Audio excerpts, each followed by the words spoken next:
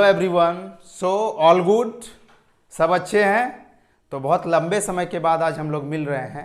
तो आज के इस वीडियो में हम लोग साउंड के बारे में कुछ डिस्कस करेंगे और थोड़ी नई नई जानकारियां लेंगे कि साउंड कैसे क्या है, साउंड कैसे प्रोपोगेट करता है। तो इस तरीके से चलिए हम लोग आज का वीडियो स्टार्ट करते हैं बिना किसी देरी के। So sound, the chapter sound.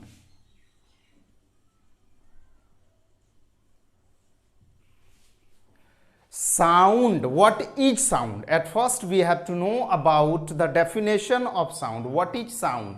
So sound is a forms of energy which give us sensation of hearing. Is that clear? यानी कि साउंड एक प्रकार का एनर्जी है जो हम लोगों को सुनने का संवेदना उत्पन्न करता है हमारे कानों में। And with the help of this we can hear a particular sound produces by a source of sound. यानी कि एक सोर्स ऑफ साउंड जो कि साउंड प्रोड्यूस करता है उसको सोर्स ऑफ साउंड बोलते हैं। सो वो साउंड जो है वही हम लोगों को एक सेंसेशन देता है जिससे हम लोग सुन सकते हैं। ठीक है, तो sound, suppose that I am giving the lecture in the moon.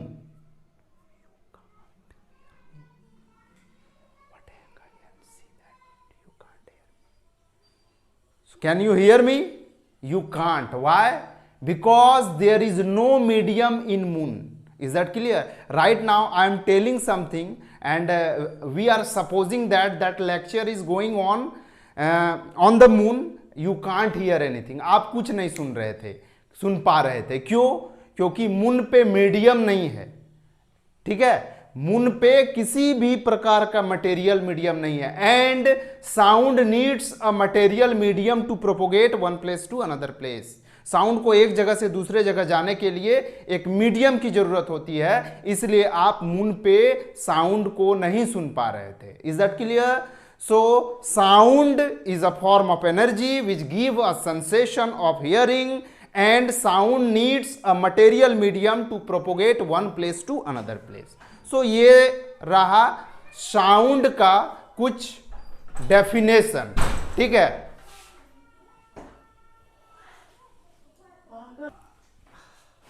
So let's go forward to the next topic and the topic name is types of sound. Sound के प्रकार। So there are 3 types of sound and these 3 types of sound are as follows. Number 1, ultrasonic. Number 2, infrasonic. And the third number, audible range. ठीक है, तो ये 3 तरह के sound होते हैं, अल्ट्रासोनिक साउंड, इंफ्रासोनिक साउंड और ऑडिबल रेंज। तो सबसे पहले हम लोग बात करेंगे Audible range. What is the Audible range of sound? मतलब कि हम लोग कहां से कहां तक के फ्रीक्वेंसी वाले साउंड को सुन सकते हैं। तो ये फ्रीक्वेंसी लाई करता है between 20 hertz to 20 kilo hertz, या इसको 20 किलो हर्ट्ज को हम 20,000 हर्ट्ज के बारे में भी बोल सकते हैं। ठीक है, चलिए अब आते हैं अल्ट्रासोनिक साउंड। अल्ट्रासोनिक साउंड का अगर हम बात करेंगे तो ये होता है अबव 20 किलो हर्ट्ज, यानी कि 21,000 हर्ट्ज और 21 किलो हर्ट्ज, 22,000 हर्ट्ज और 22 किलो हर्ट्ज। हम लोग उस तरीके के साउंड को कभी नहीं सुन सकते हैं। क्यों? क्योंकि इसका रेंज जो है, हमारा ऑडिबल रेंज जिसको हम सुन सकते हैं, वो 20 हर्ट्ज से 20,000 हर्ट्ज यानी 20,000 हर्ट्ज के बीच में लाई करता है। इससे कम या इससे ज़्यादा वाले साउंड को हम लोग नहीं सुन सकते हैं। तो इसलिए ये मेरा ऑडिबल रेंज है, जिस कारण से हम लोग अल्ट्रासोनिक साउंड को नहीं सुन सकते हैं। अब इंफ्रासोनिक जो होता है वो होता है बिलो 20 हर्ट्ज, यानी कि 20 हर्ट्ज से नीचे वाले साउंड को भी हम लोग नहीं सुन सकते हैं। तो ये अगर हम लोग बात करेंगे तो ये स्ट्रॉन्ग साउंड है और ये दूसरा वाला जो कि इंफ्रासोनिक है वो बहुत ही फीबल साउंड है। फीबल मतलब वीक, कमजोर साउंड है। ठीक है, तो इस तरीके से हम लोगों ने यहां देखा कि साउंड 3 तरह के होते हैं, अल्ट्रासोनिक, इंफ्रासोनिक और ऑडिबल रेंज। चलिए अब हम लोग साउंड को वेव फॉर्म में पढ़ते हैं। ठीक है, तो चलिए वेव्स के बारे में हम लोग देखते हैं, types of wave. So generally there are 2 types of wave. Number 1 electromagnetic wave and the second one is mechanical wave. ठीक है, वेव जो है 2 तरह के होते हैं, इलेक्ट्रोमैग्नेटिकल और मैकेनिकल वेव, 2 तरह के हो गए। अब इसमें से हम लोग ज्यादातर इलेक्ट्रोमैकेनिकल वेव का अगर बात करें, सॉरी इलेक्ट्रोमैग्नेटिकल वेव का अगर हम लोग बात करेंगे, इलेक्ट्रोमैग्नेटिक वेव का, तो नॉर्मली इसका डेफिनेशन ये हो जाएगा, the wave which does not needs a material medium, these types of wave is called electromagnetic wave. और एग्जाम्पल के तौर पर अगर हम लेंगे तो यही light is an example of electromagnetic wave. चलिए, तो उसको हम उतना डिस्कस नहीं करेंगे क्योंकि आज का मेरा टॉपिक है साउंड को डिस्कस करना चाह रहे हैं, and sound is a types of mechanical wave. ठीक है, तो सबसे पहले अब आते हैं मैकेनिकल वेव। मैकेनिकल वेव जिसको मीडियम की जरूरत होती है, एक जगह से दूसरे जगह जाने के लिए, ट्रेवल करने के लिए या प्रोपोगेट करने के लिए उसको मीडियम की जरूरत होती है, उसको मैकेनिकल वेव कहते हैं। There are 2 types of mechanical wave. ठीक है, number 1 transversal and the second one is longitudinal. Okay, so mechanical wave,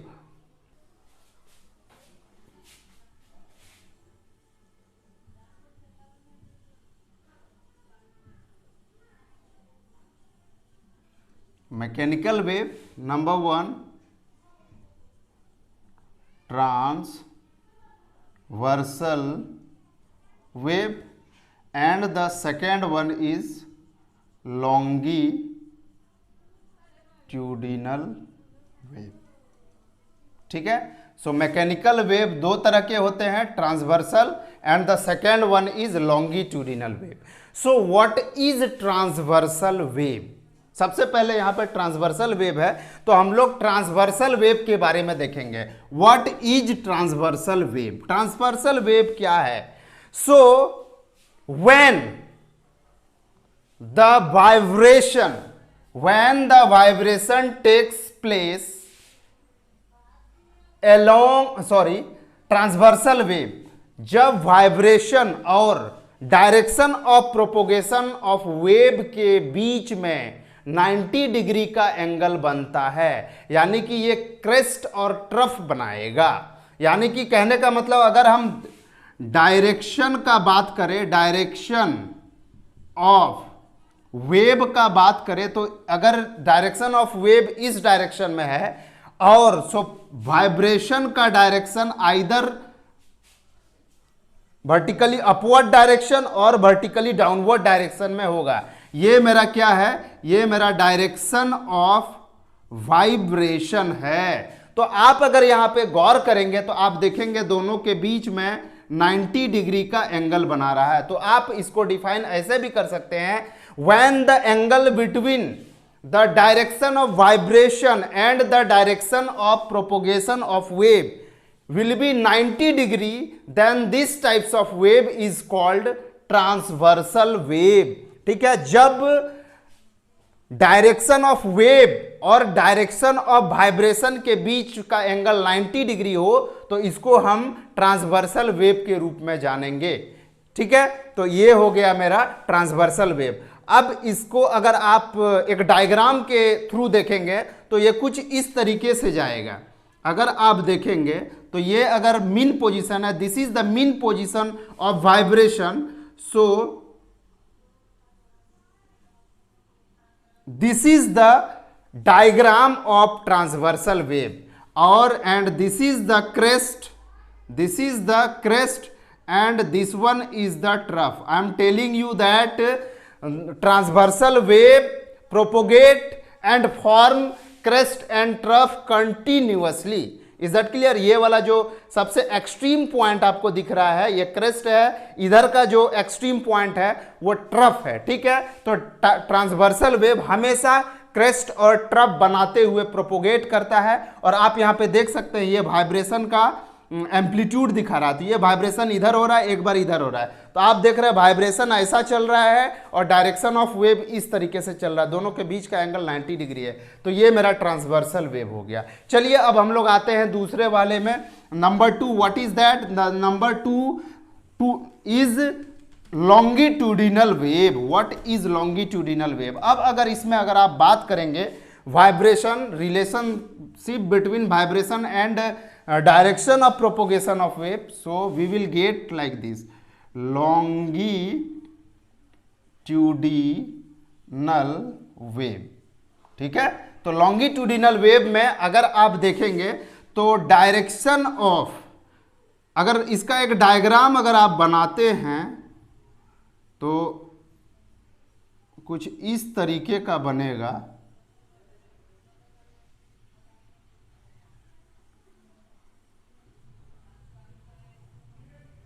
यहां पे अगर आप देख सकते हैं तो इस जगह पे आपको डेंसिटी ज्यादा देखने को मिल रहा है और यहां से यहां तक में डेंसिटी कम है, फिर डेंसिटी यहां बढ़ रहा है, फिर डेंसिटी कम है, डेंसिटी बढ़ रहा है, डेंसिटी कम हो जा रहा है। तो इस तरीके का, यानी कि ये वाला पोर्शन जो है, this portion is called contraction, और this portion is known as what is rare fraction.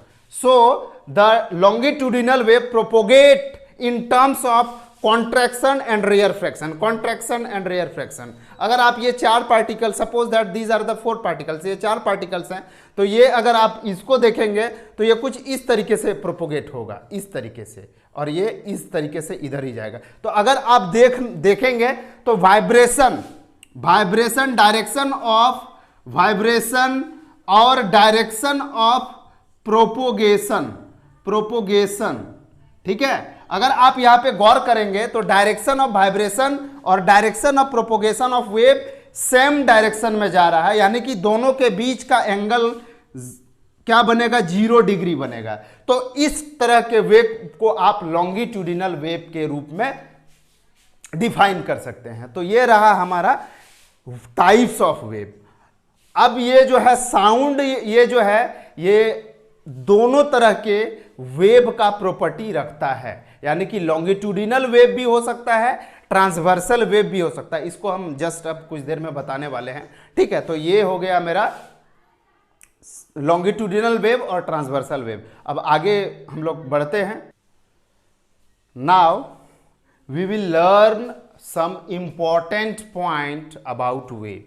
For example, wavelength, what is wavelength, what is amplitude, what is frequency, what is time period, what is wave velocity. These are the important point. We have studied already in class 9, but just for recall, थोड़ा सा याद कराने के लिए, ताकि आपको ये वाला टॉपिक अच्छे से क्लियर हो जाए, इसलिए मैं थोड़ा सा दोहराना चाहता हूँ। पूरा डिटेल में मैं नहीं बताऊँगा, लेकिन थोड़ा बहुत, ताकि आपको प्रीवियस क्लास वाला जो इंपॉर्टेंट पॉइंट है वेव के टर्म, वो आपको याद हो जाए, ठीक है। तो चलिए सबसे पहले अगर आप यहाँ पे देखेंगे तो एक वेव जो है प्रोपोगेट हो रहा है। तो अब इस वेव जो है ये किस टाइप का वेव है? अगर आप देखेंगे तो वाइब्रेशन ऐसा जा रहा है और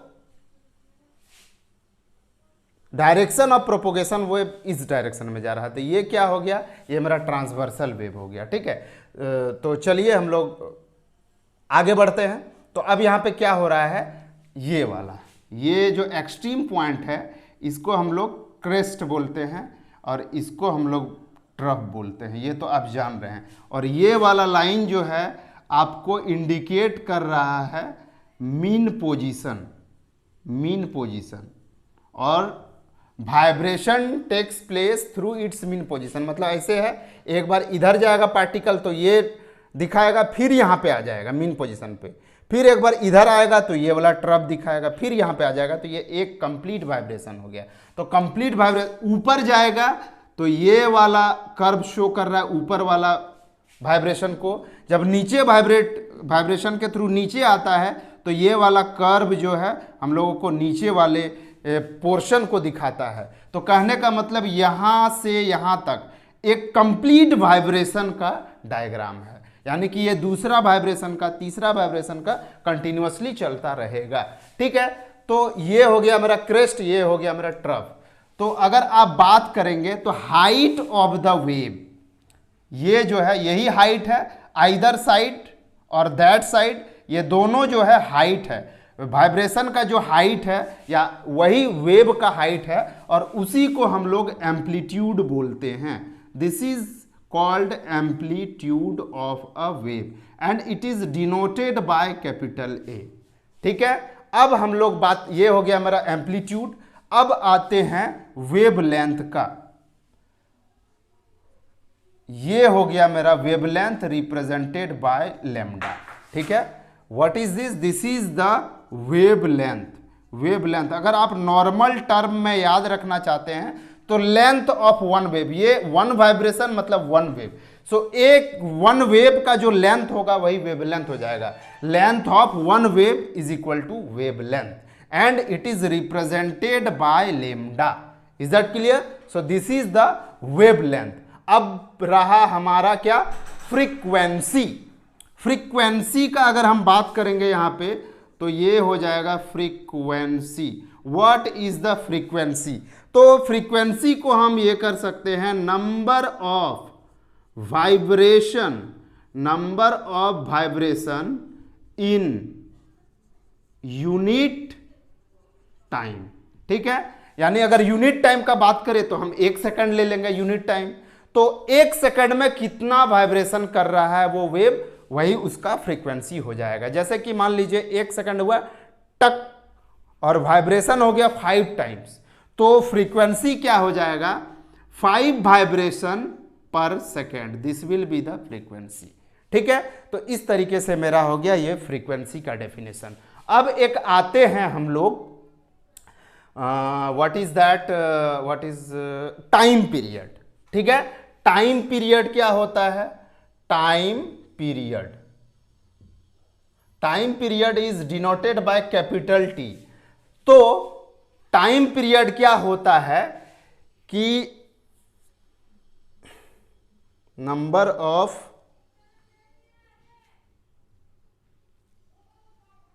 time taken to complete one vibration, यानी कि एक वाइब्रेशन को कंप्लीट करने के लिए जितना टाइम लगा वो उसका टाइम पीरियड हो जाएगा। ठीक है, क्या हो गया?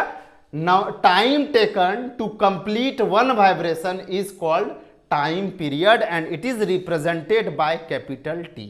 ठीक है, अब एक नॉर्मल सी बात आपसे हम जानना चाह रहे हैं, वेलोसिटी।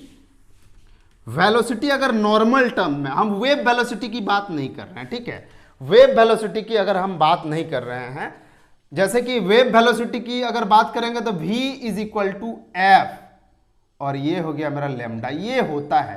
तो एक्चुअली आया कहां से है, इसलिए हम थोड़ा सा ये आया कहां से है इसको आपको बताने से पहले एक नॉर्मल जानकारी चाहते हैं आपसे। What will be the formula of velocity? The formula of velocity, you know that displacement by time. Is that clear? This is the normal और general formula of velocity. Is that clear? Now in come to in this topic, so in terms of wave, what will be the displacement or distance? So I am telling distance covered by the wave is called wavelength, or length of one wave is equal to wavelength. So here S will be lambda because wavelength will be lambda, that's why. Now so can we write here V is equal to lambda by T? Is that clear? Again you will write lambda into 1 by t. Is that clear? Lambda is equal to 1 by t. And in terms of frequency, f is equal to 1 by t.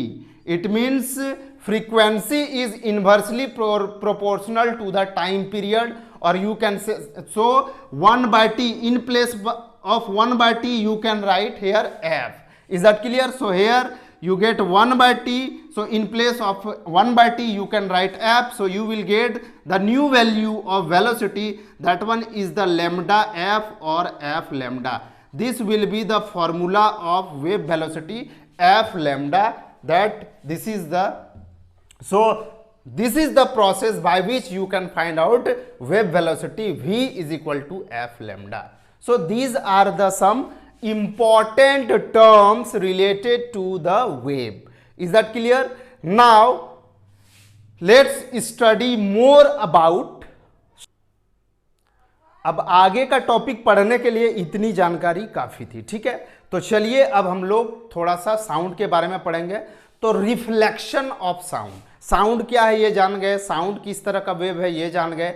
अब हम लोग पढ़ते हैं reflection of sound, ठीक है। Reflection of sound हम लोगों को क्या बताता है ये हम लोग जानेंगे। तो रिफ्लेक्शन ऑफ साउंड अगर बात करेंगे हम लोग तो इको के बारे में पढ़ेंगे। मेनली हम लोग का अगर ध्यान रहेगा तो वो इको के बारे में रहेगा, ठीक है।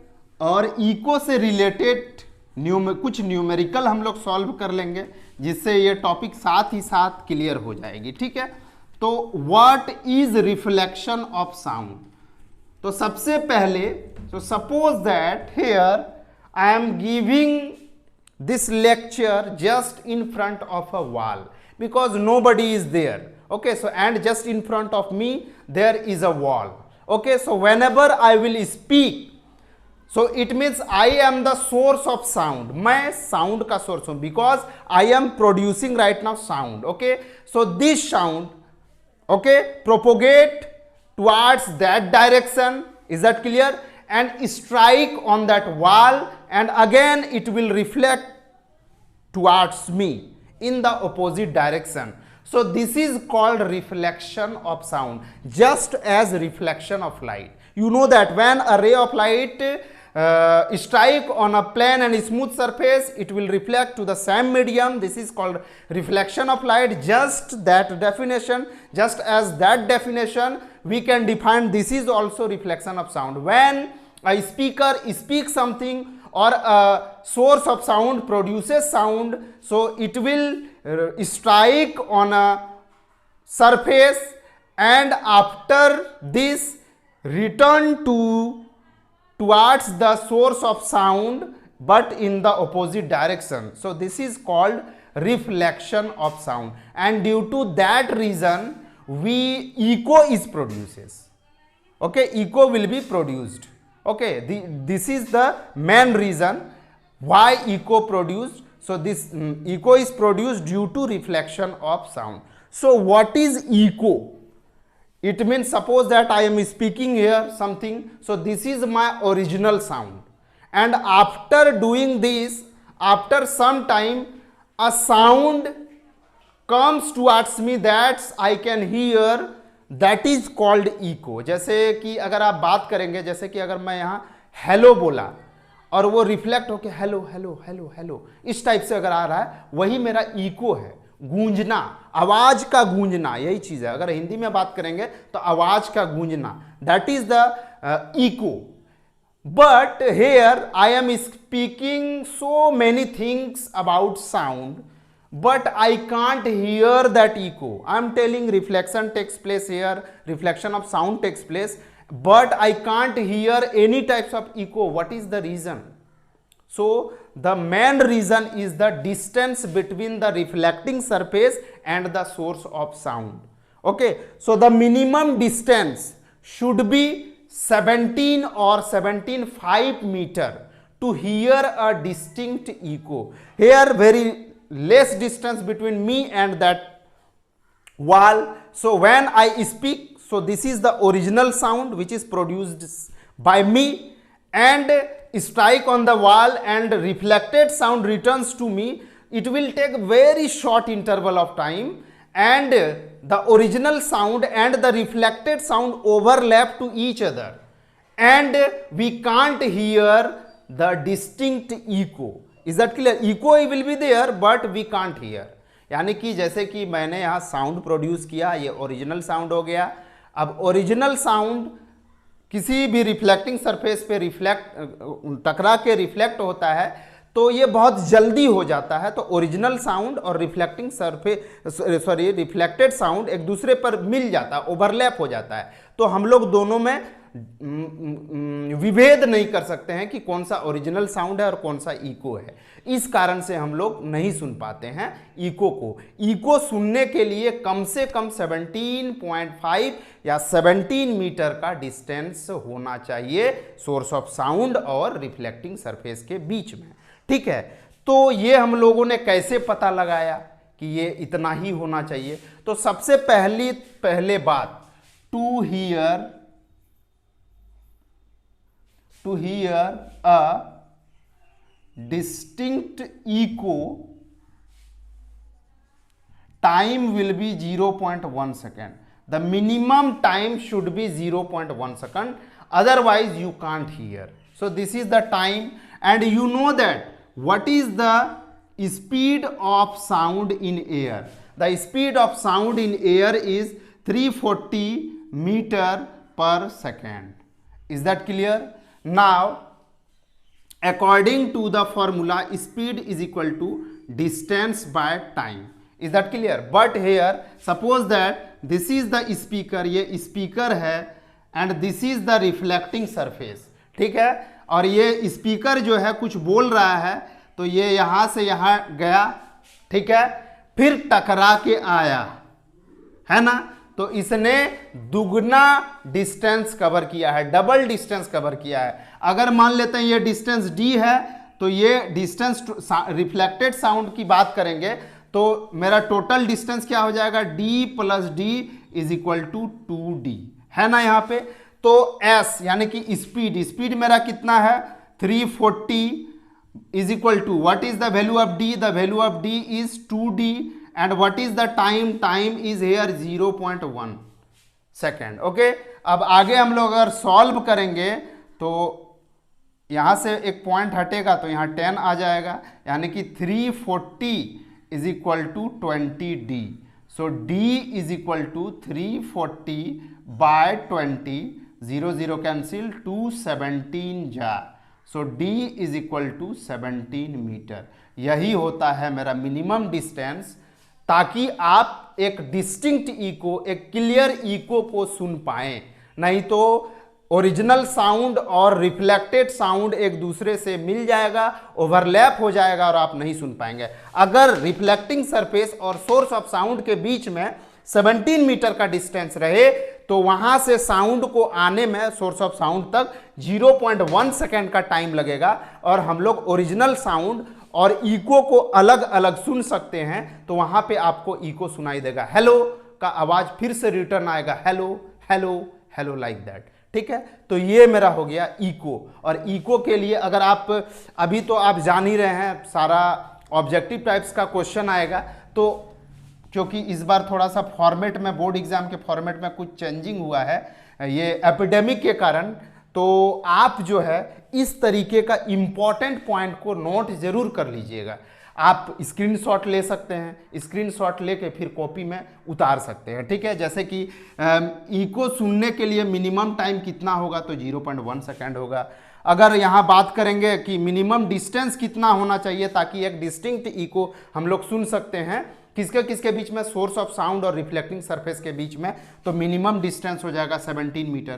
क्वेश्चन पूछ दिया जाएगा ऐसे, what should be minimum distance between the speaker and the source of sound to hear a distinct echo, और ऐसे दे देगा ऑप्शन ए में 17 metre, option B 18 metre, option C 19 metre, option D 10 metre, just like that. अगर आपने इसको recall करके रखा है तो आप फटाक से ऑप्शन ए चूज करेंगे। तो इस तरीके से क्वेश्चन आएगा, तो इसके लिए आप लोग रेडी रहिए। ठीक है, तो ये हो गया मेरा इको कंप्लीट हो गया। अब इसमें से अगर आप सेलिना की बात करें, सेलिना बुक की बात करें, तो अगर देखेंगे इको से रिलेटेड एक मेरा फेवरेट सवाल है। ठीक है, और उसको बच्चे कहते हैं कि बहुत ही टफ लग रहा है सर सॉल्व करने में, लेकिन अगर आप न्यूमेरिकल्स को या मैथ्स के किसी सवाल को, किसी क्वेश्चन को अगर लाइन बाय लाइन पढ़ते हैं और उसको अपने लैंग्वेज में समझ लेते हैं तो उसको सॉल्व करना दाएं हाथ का कमाल है। Very easily you can solve toughest problem, okay, whether it is numerical, whether it is maths, no problem, if you can understand that question, what is the question, okay, so अगर उस question की बात करेंगे तो वो question को हम यहाँ पे डिस्कस कर लेते हैं साथ ही साथ। इसके बाद इससे रिलेटेड जितने सारे क्वेश्चन है वो जो फॉर्मूला है जिसको मैंने बताया speed is equal to 2d/t, उसी से सॉल्व हो जाएगा। नॉर्मली सारा क्वेश्चन उसी से सॉल्व हो जाएगा। बाकी क्वेश्चन को हम सॉल्व करा देंगे, लेकिन ये सबसे बच्चे कह रहे हैं कि ये सबसे टफ सवाल है, तो मैं चाह रहा हूं कि इसको साथ ही साथ डिस्कस कर दूं। बाकी क्वेश्चन को मैं सॉल्व करूंगा, इसके लिए एक नया वीडियो बनाऊंगा। और जैसा कि आज मैंने लॉन्गिट्यूडिनल और ट्रांसवर्सल वेव के बारे में बताया है, तो इसको मैंने एक एक्सपेरिमेंट के थ्रू मैंने एक वीडियो में आपको दिखाया है। अगर आपने नहीं देखा है तो नो प्रॉब्लम, मैं लिंक अपने डिस्क्रिप्शन बॉक्स पे दे दूंगा, आप वहां से जाके इसको चेक कर सकते हैं, ठीक है। तो इस तरीके से हम लोग यहाँ पे देखेंगे। एक क्वेश्चन है, वो क्वेश्चन है, एक सेकंड हमको टाइम दीजिए।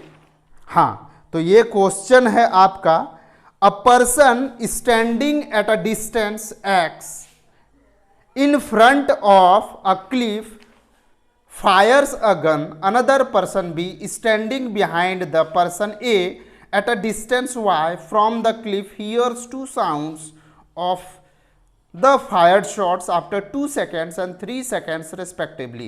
Calculate x and y. Take the speed of sound 320 meter per second. So सबसे पहले मैं इस क्वेश्चन को यहाँ पे लिख ले रहा हूँ, इसके बाद डिस्कस करूँगा। तो ये मैंने क्वेश्चन बोर्ड में लिख लिया है। तो चलिए अकॉर्डिंग टू क्वेश्चन हम लोग स्टेप बाय स्टेप प्रॉब्लम को सॉल्व करते हैं। सबसे बेस्ट तरीका अगर बात करेंगे किसी भी प्रॉब्लम को सॉल्व करने का, तो step by step solving approach जो होता है वो सबसे बेस्ट तरीका होता है। तो सबसे पहले यहाँ बोला कि a person standing at a distance x from a cliff.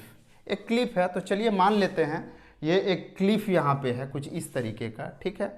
और एक पर्सन जो है जिसका नाम A है वो जस्ट इसके सामने खड़ा है at a distance x from the Cliff, यानी कि क्लिफ और इस पर्सन A के बीच का डिस्टेंस जो है वो मेरा x है, ठीक है।